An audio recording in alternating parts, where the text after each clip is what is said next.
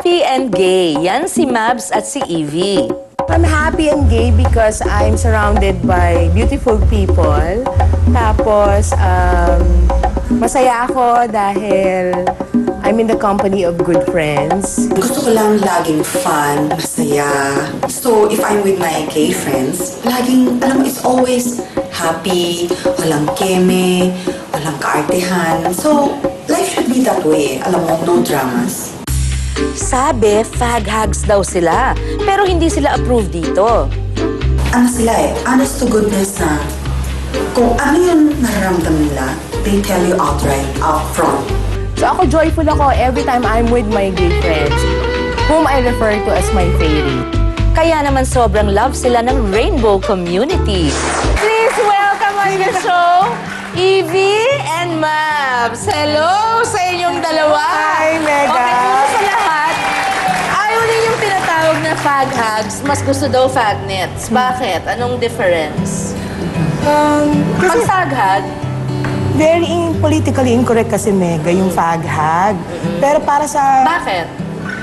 Parang hug eh. Oo, So, Hag, parang diba? ano ba? The sound of it pa lang. No? Parang hindi kaganda.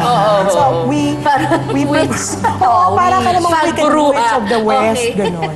So, parang for us, we want to be referred to or we want people na kilalanin kami as a fagnet. Magnet lang kami ng mga kaibigan naming fairies. Ang tawag ko nga sa kanila, fairies. hindi Fairy. gays. So, that's so cute nga eh. Kasi, I'm sure feeling nila outfit silang tutu. Oo. Eh, kaya tignan mo, hindi kami na gano'n. Hindi kami na gano'n. Hindi masyado. Hindi masyado.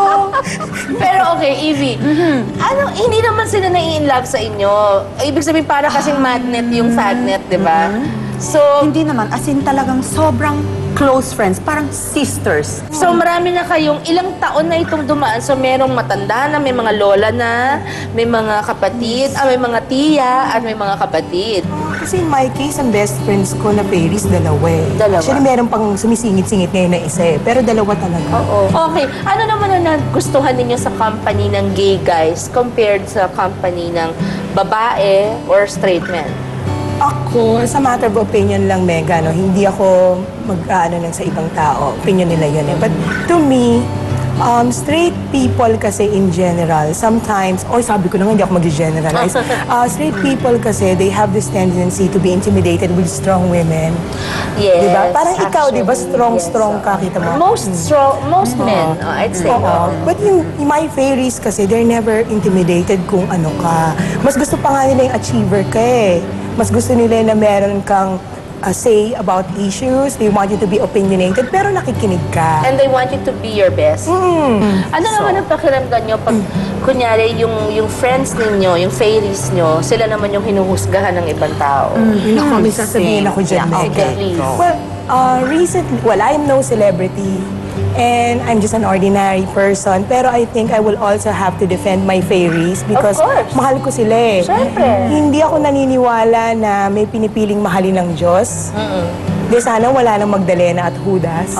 Lahat tayo mahal Saka niya. huwag tayo mag-pretend na mas Oo. matalino tayo sa kanya. Oo. Yes. Huwag na lang natin sanang i-judge yung mga tao na nabibilong doon sa grupo ng LGBTQ group. Kasi it pains me as a fagnet also. Kasi lalaban ko yung mga kaibigan ko at lalaban din naman nila. Because there are a lot of gay men who are very faithful as friends. Yes. So, Evie, ikaw, do you get hurt also? Oo naman, syempre. Kasi they're my friends and I love them. You know, So, pag may mga ganon, alam mo, pains me also. anyway, may mga sasabihin akong aspeto na laging kinoconnect sa pagiging bakla. At tignan natin ito kung ano ang mga anecdotes, experiences, o kwento ninyo dito kasama ang mga tinatawag niyong fairies o ang mga gay friends ninyo. Fairies is so cute. Okay, shopping and fashion. Okay, Evie. Shopping and fashion. Oo. Syempre, Kasi kita-kita, okay. Siya na ganda. Ini-request sa akin naman. Anong mga pinag-uusapan? Siyempre Anong sila parang exciting? mas in tune sila with yung mga now fashion ko, ano yung mga in ngayon. So, alam mo, mas sarap silang kausap about that. Nakaka-relate sila, nakaka-intindi sila rather than if you talk fashion. Kahit sa babae? Straight. Iba eh. Iba, Iba diba? yung sa babae, iba yung sa mga gay friends eh. So, it's so... That's difference. cute though. There's a Oo. difference, I think yes. that's cute. I think kasi they also have the eye of a man. So they know. Parang sa kanila, makikita mo rin yung sa mata ng lalaki, ano what would look good sa mata nila, sa babae, di ba? What about you, Max? Well, in my case, Mega, masaya kasi pakita naman, di ba, I'm on the heavy side. Ako naman. Ako pa tinanong ko. Maganda naman tayo. So, okay. Taba lang yan. Okay. Mawawala rin. Taba ko, taba. Okay. Anyway, Mataba lang kung mataba. So, so, ang puso ko. Okay. mataba rin. Oo. They tell you, Max, lumalaki ka ngayon. You want to do something to make you appear more pretty. Baka naman. Pero never yung walang kurot na sasaktan ka na parang, oy nakilaki mo na ngayon, mag-jeta ka. Diyos mio, lagi ko sinasabi sa kanila, amoy pala ng pagkain, nagigay na ako ng weight. Ay, tayo. Ay, talaga, Uy, Mega. ang bango. Ba't bumigat ako? Ang sarap kasing kumain, di ba? But yun nga, sa fashion, they would tell you, since you're on the heavy side, you might as well go for this kind of look. Alam nila yung cut na bagay sa'yo. Dapat meron kang silhouette. Kaya ang daming stylists na bading, Oo. na magaling din. Okay. Oo. Hoy, makeup artists, lahat. Actually, lahat ng katrabaho ko. Actually, lahat they're nagpapaganda God's sa gift. akin. They're Hindi God's naman bading gift si to Peachy, me. no? Okay. Eto naman, love life. Ano naman ang plus factor ng pagkakaroon ng kaibigang bading pagdating sa love life ninyo? Love life, You yung sa open up to akin. them? I open up to them. Medyo masakit lang yung recent kasi because I had to inform them that this particular guy is homophobic, hindi niya. So parang sabi lang ng best, ang masakit. So parang sabi ko lang din sa sabi ng best friend ko sa akin, what? Homophobic yon? Pagnet ka it will not compute, hindi yun magkakasabay. So, masakit. But because that's sad. It's sad. It's very sad. Masakit talaga siya. Malungkot siya. So, love life-wise, nasasabihan ko sila ng mga sitwasyon na wala ako for a time kasi I need to, kailangan kong nandoon ako dun sa boyfriend Tanggap ko dati. naman nila, understanding pa Tanggap rin. nila pero hindi rin nila maintindihan na akala ko ba yung lalaban mo kami, bakit nawawala ka kapag kaganyan. So, Pero yung boy, hindi mo ma-convince na, you know, they're very decent uncomfortable. Hindi siya komportable. That's why naiirita ako. It pains me. People. Oh, that's hard though. Hindi natin makasama That's sa hard. mga grupo Hindi mo natin. makasama sa group namin. Pag kami party. Gusto niya bilyaran. Gusto niya yung mga ganon eh, hindi ko type yung mga ganon. Lalo na ako. Ikaw, Evie.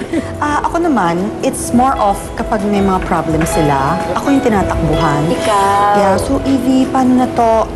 My home is open anytime. May problema sila, they go to me, tapos doon, sometimes, alam mo, iyak sila up to the next morning, nandun lang sila.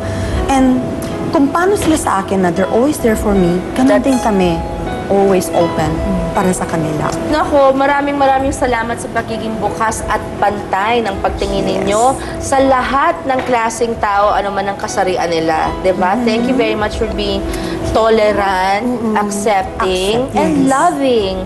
And you know what's gonna come back to you? You reap what you sow. So you will just reap kindness and also love and tolerance. Yes, diba? And beauty. That's right. Thank you so much for joining you us here also, today. Mega. Thanks, Max. Thanks, Evie. Thank you.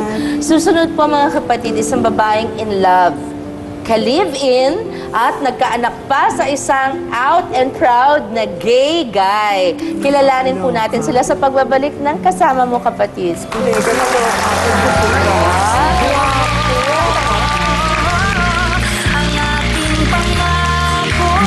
Nasa isip ko na akin talaga yung baby kasi nga wala siyang boyfriend. Oo naman, nag-live. Diyos ko naman. Mali mo naman, sumasali si Purdy.